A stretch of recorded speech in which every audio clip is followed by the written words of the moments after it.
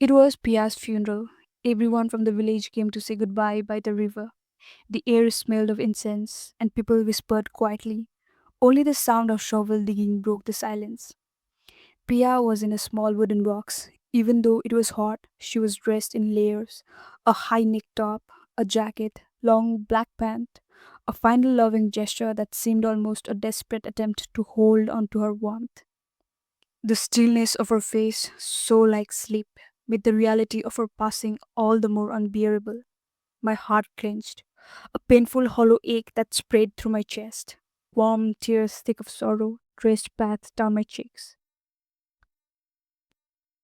The priest said prayers and threw herbs to help her go to the next life.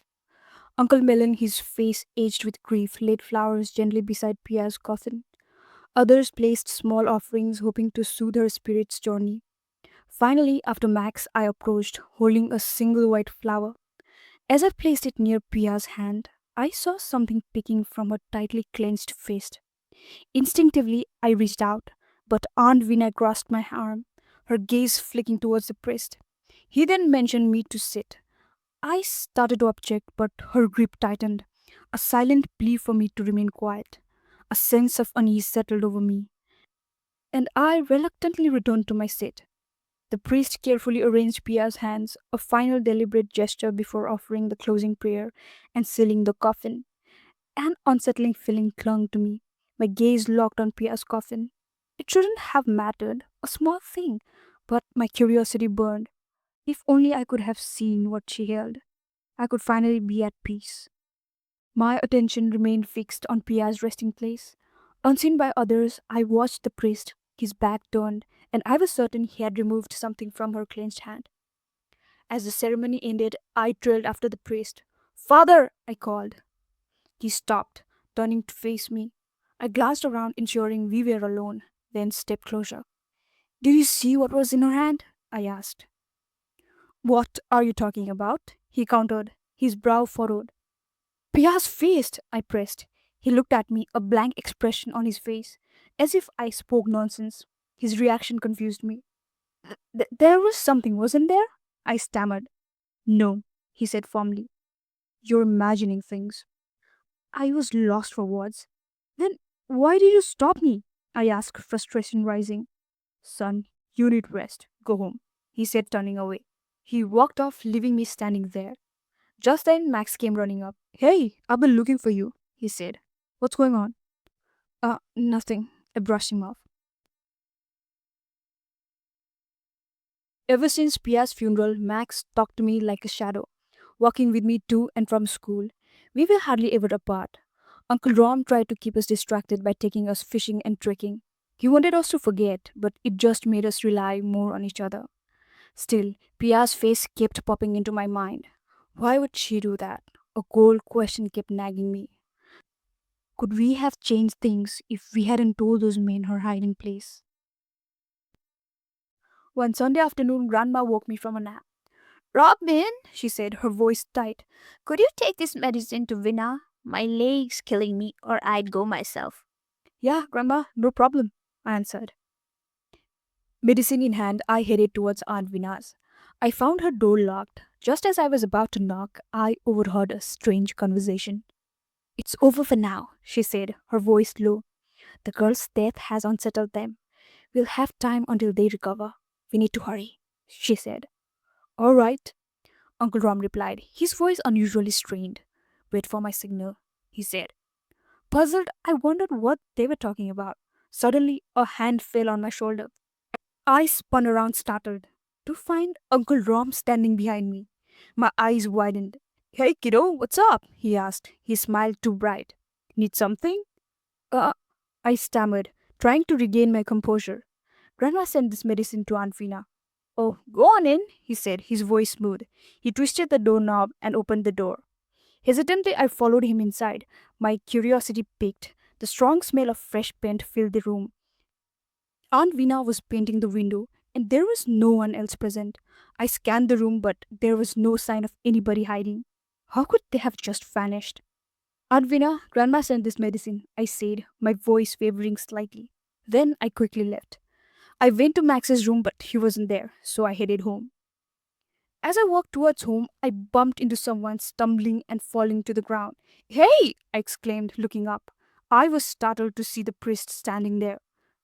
Sorry, son. Are you alright? He said, helping me to my feet. It's alright. What are you doing here? I asked. For a fleeting moment, I caught a flicker of nervousness in his eyes, quickly masked by a smile. I was just passing by, he said, pointing behind him, and saw that beautiful dog over there. I stopped to admire it. To my surprise, there was indeed a dog standing a short distance away. All right then, see you around, he said and walked away. But as he passed, I noticed something white stuck on his back. I stared until I realized it was a painting. Suddenly, a wave of realization washed over me. I quickly glanced up towards Max's parents' room. Aunt Vina was looking out the window. Our eyes met. What the hell is going on? I thought, my mind reeling. Just then, Max called my name. I turned around and saw him, his hands full of dog food and water. He walked over to the dog and began feeding it. Hey, where did you get the dog? I asked. I went to the market this morning and she followed me everywhere, Max said, amused. I tried to shake her off, but she followed me all the way back, so I guess I'm taking care of her until her owner shows up. I nodded. The dog wagged tail and jumped, trying to lick me. Max giggled. She likes you, he said. It made me smile. She looked like a Labrador, but her thin, patchy tail suggested she was a stray. I patted her and played with her for a while. The next day after school, we went straight to play with the dog. Hey, let's take her for a walk. She must be bored, I suggested. You're right. Come on, Nancy, let's go, Max said, unclipping her leash. Nancy? Why, Nancy? Was that your ex's name? I teased.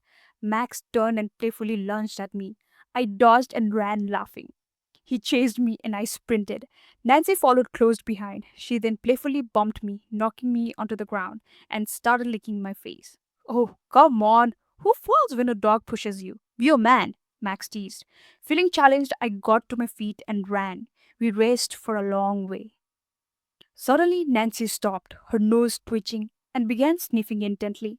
Then, with a sharp bark, she turned left and bolted towards the edge of the forest. Hey, Nancy, come back! Max shouted, running after her. Stop! Be a good girl, Nancy! I yelled. But she ignored us, her barks echoing through the trees. She sniffed the grass, whining with urgency. I think we should take her home, I said, a sense of unease creeping in. But before we could reach her, she began digging furiously at the ground. Hey, stop! Max snapped, but Nancy snarled, baring her teeth. We instinctively stepped back. Nancy continued to dig, her paws throwing up clumps of dirt. We waited, hoping she would come down, but she didn't relent. Then something began to emerge from the hole she was creating. We leaned closer, our eyes fixed on the emerging object. Nancy seized it in her jaws and tugged, pulling it further out. It appeared to be a piece of cloth. Ew, Nancy, that's disgusting, Max said, wrinkling his nose. But I couldn't tear my gaze away. Something about the cloth felt deeply unsettling. I grabbed a long branch and carefully lifted it. Hey, what are you doing? That's gross, Max repeated. I unwrapped the cloth and a wave of horror washed over me. It was red and stiff. Is that blood? I stammered.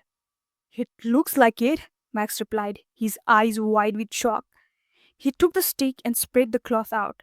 It was a t-shirt, but it wasn't just the t-shirt. A pair of jeans was also buried in the dirt. Both were soaked in dried blood. What the hell? Max whispered, his voice trembling. My eyes snagged on something caught within the jeans fabric. With a trembling hand, I used the stick to dislodge it. And then, a jolt of recognition slammed into me. A broken compass keychain. A wave of dread washed over me, a cold, hard knot forming in my stomach. My eyes, now glued to the crimson stained fabric, struggled to process what I was seeing. And then, like a brutal, icy wave, the truth crashed over me. The stick slipped from my numb fingers, clattering to the ground, and I stumbled backward, my legs giving way beneath me. A silent scream trapped in my throat. What's wrong? Max asked, his voice laced with concern. Pia, that's Pia's, I whispered, my voice trembling. What? Why are her clothes covered in blood? Max asked, his eyes wide with disbelief. A horrifying realization dawned on me. She didn't kill herself, I said, my voice barely audible. She was murdered. Max stared at me, his face frozen in shock. My body felt heavy, my heart pounding so hard I struggled to breathe. Hey, we need to go, Max said, his voice urgent, abruptly standing up. We have to report this. We hastily reburied the clothes, covering them with dirt, and then ran towards Max's house. Uncle Rom was in the kitchen. Dad, Max called out, his voice tight. Hey, boys, what's going on? Uncle Rom asked, his brow furrowed. Dad, we found clothes in the forest. Covered in blood, Max blurted out, his words urgent. What? Uncle Melon exclaimed, his expression turning serious yet hint of disbelief on his face. Yes, Uncle Rom, and we think that's Pia's, I added, my voice strained. He looked at us as if we were making up stories. What are you kids talking about? Why would you think that's Pia's clothes? You're letting your imagination run wild. Where are the clothes? He demanded, his voice sharp. You have to come with us, Uncle Rom, I insisted, my voice firm. It's serious. All right, Uncle Rom said, but his tone was hesitant. We hurried towards the location. On the way, we encountered the priest. Father! Uncle Rom greeted him, his voice clipped. Where are you all headed? The priest asked, his eyes sharp and probing. Oh, nowhere in particular, Uncle Rom replied, his tone overly casual. Just taking the boys for an evening walk. That's wonderful, the priest said, his smile strained. Carry on then. He walked away, his gaze lingering on us for a moment too long. We reached the spot and carefully began to dig, Nancy eagerly helping, but a strange feeling settled over me. We dug deeper and deeper, yet there was no sign of the cloths. Hey, are we digging in the right place? Max asked, his voice laced with confusion. I think so, I replied, my brow furrowed. We searched the surrounding area, but the ground was too compacted. It was clear the cloths were gone. How is that even possible? They were right here, Max said, his voice sharp with frustration. Boys, I think you must have seen something else, Uncle Rom said, his voice too casual. Let's go, it's getting dark. Reluctantly, we followed him back, a heavy sense of unease hanging in the air. It was so strange. Someone had definitely removed the evidence. But who? Sleep eluded me, my mind consumed by Pia's death. Why would anybody kill her? I tossed and turned, trying to force the thoughts away, but Pia's face haunted me. My head throbbed, straining to grasp any possibilities, but nothing made sense. Exhausted, I rose and went to the window, seeking a breath of fresh air. The cool night breeze against my cheeks offered a brief moment of relief. I stood there lost in thoughts when a moving figure caught my eye. In the dim moonlight, it was difficult to discern who it was, but as I squinted, I realized it was a woman emerging from Max's house. She moved stealthily, and as she took a few steps, I recognized Aunt Vina. I checked my watch, 1 a.m. Where was she going at this hour? My curiosity overwhelming me, I crept downstairs, opened the door, and slipped outside. I followed Aunt Vina, careful to remain unseen. After a 5 minutes walk, she stopped. I hid behind a tree observing. A man appeared. The priest. Aunt Vina handed him a bag. The boys almost messed everything, she said, her voice low and tense. Thank God you intervened, the priest replied. It would have been a disaster if they would have gone to the police with the murder evidence. Yes, just take care of this. I'm leaving now. Be careful, Aunt Vina said, and she turned and walked back towards the house. I was reeling. Aunt Vina had taken the clothes. They were covering up a murder. My mind raced, trying to comprehend the situation. It was now undeniable. Pia had been murdered. I returned home, my mind racing. I desperately waited for morning.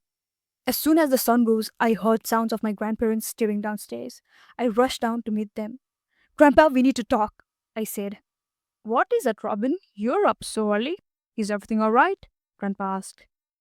Grandpa, Pia didn't take her own life. She was murdered, I blurted out.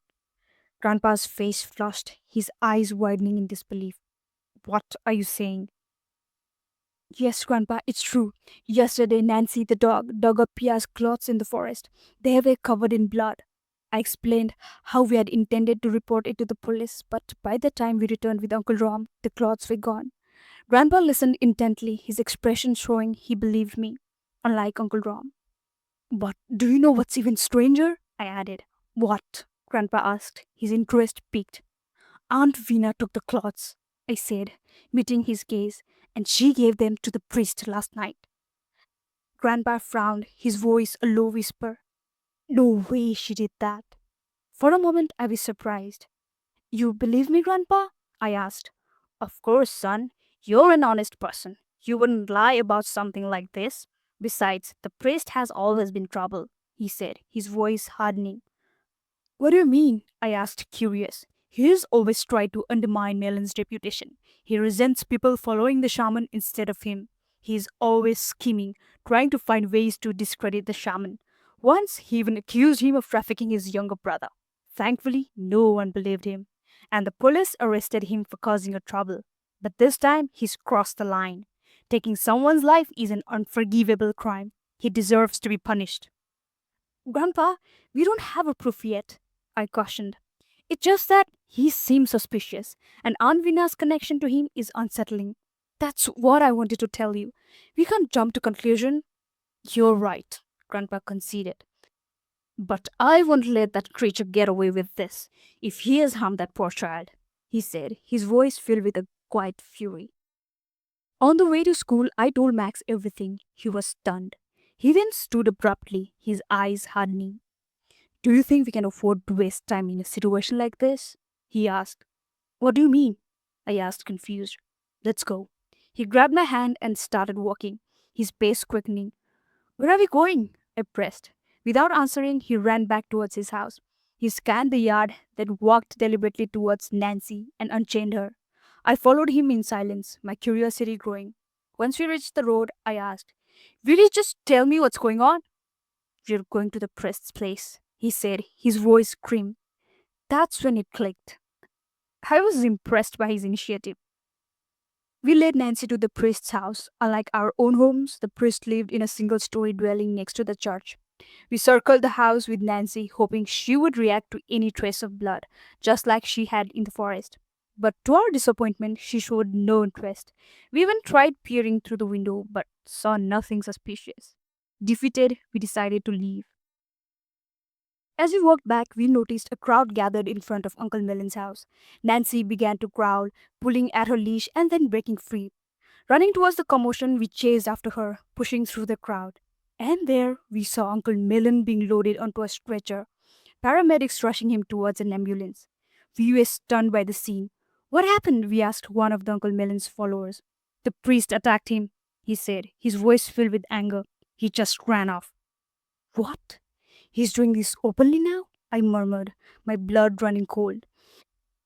Police officers had arrived to investigate, and Grandpa and Uncle Rom were also there. They were surprised to see us. What the hell are you two doing here? Why aren't you in school? Uncle Rom demanded, his voice sharp. I struggled to come up with the believable excuse, but my words faltered as Max spoke. Hey, that's our dog, he said, pointing. I followed his gaze and frowned. A tall, thin man whom I'd never seen before was petting Nancy. He called her Mimi and asked her where she had been. Nancy, or rather Mimi, wagged her tail, clearly happy to see her owner. Poor Max looked visibly disappointed. With a sharp sideway glance, Uncle Rom told us to leave immediately. We agreed and walked away. The people of Belly were furious, demanding the priest's immediate arrest, but he was nowhere to be found. It was as if he had vanished into thin air. The next evening, Grandma and Grandpa went to the hospital to visit Uncle Melon, leaving me at home to do my homework. I was so engrossed in my studies that I didn't notice the sun setting. I set my books aside and decided to head to Max's house. Then I heard a noise downstairs. I listened intently, trying to determine if it was my grandparents returning. But the noise stopped abruptly. Thinking I'd imagined it, I walked downstairs and crossed the dining room. That's when a chill ran down my spine. Out of the corner of my eye, I could sense someone standing in the shadow beside me. I turned and saw the priest. I froze, my heart pounding against my ribs. His expressionless face sent a wave of fear through me. What are you doing here? I asked, my voice trembling. I need to tell you something, he said, taking a step towards me. Wait, don't come any closer. I'll scream, I warned, backing away. Seriously, he frowned. Seeing the main door closed, I ran upstairs to my room and slammed the door shut. The priest followed, lightly knocking on the door. Will you just listen to me? Trust me, I didn't do anything. Give me a chance to explain. Let me show you something, he said, his voice pleading. Fear gripped me, and I was focused on escape, not his words. Then an idea sparked. Listen, I'll let you talk and show whatever you want, but you promise to stay at a distance while you're inside. Sure, he said immediately. In fact, too quickly. With a shaky hand, I opened the door and gestured for him to enter. I made sure we were far enough apart. Talk, I said. He quickly reached inside his robe, the wooden handle of something just visible. That's when I bolted, slammed the door shut, and locked it from outside before he could react. I ran downstairs, threw open the door, and sprinted towards Max's house. Uncle Rom!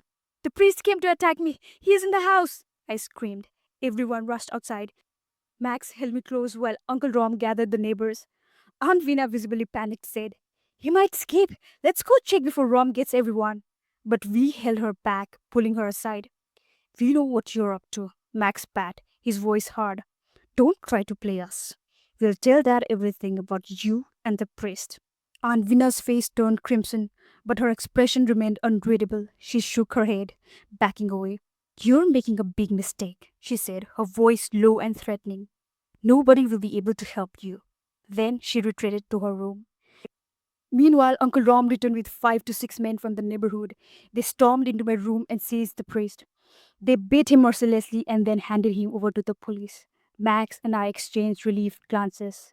Finally, it was over. After the chaos subsided, I stayed with Max until my grandparents arrived. I was so shaken that I slept on the living room floor near my grandparents' room.